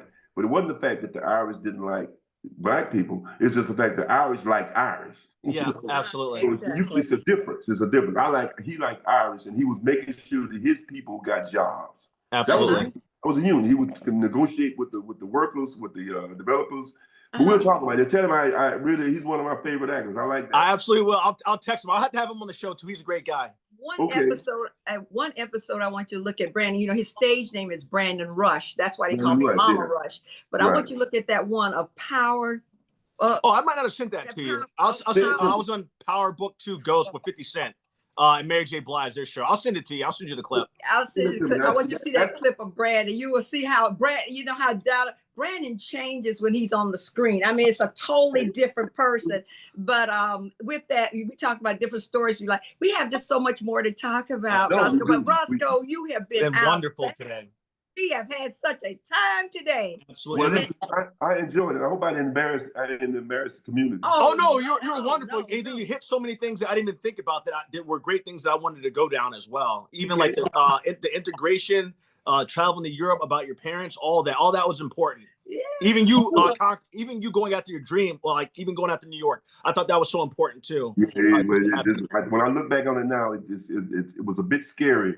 I was terrified. Yeah. You know? But I like it. Yeah, what you're saying, Brandon. Oh no, go ahead, Roscoe. No, but I mean, I just want to. I listen. I appreciate the fact that you even considered me to be even a topic to even discuss.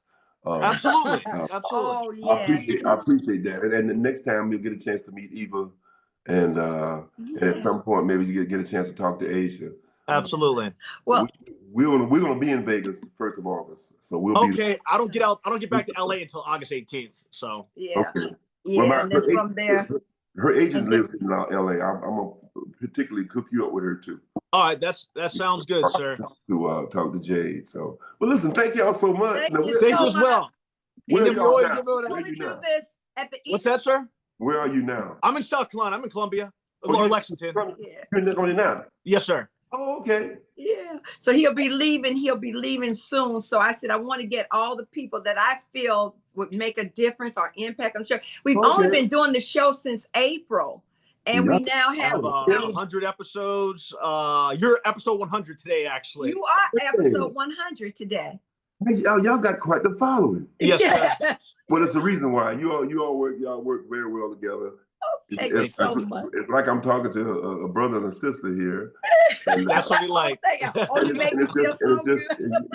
You can speak extemporaneously. Everybody can't speak extemporaneously. You have to be able to relate and to keep people flowing. Make people feel comfortable. Yes, sir. That's not something you go to school for. It's something that's in you already that you just know how to crystallize it. So, well, thank you so much. Y'all do a very good job. I like that. Yes, sir. We appreciate it. Well, Mr. Wilson, make sure to send me the photo you want for your cover. I'll have this done in 3 hours. And he'll have it back to you, the cover, because you're on 20 we're on 20 different podcast stations, so I'll have the picture you want. That'll be like the photo for your episode. Okay. And I'll have it all back to you. But we always give everyone a round of applause. Okay. It is time for what we do in the end. Great job. Very good. Absolutely. Thank you so much, Mr. Wilson, for your time today. And listen, thank you all, and y'all have a good day. God bless you. God bless you too. Well. All right. Absolutely. Thank you so much. Be here. It was wonderful. Oh,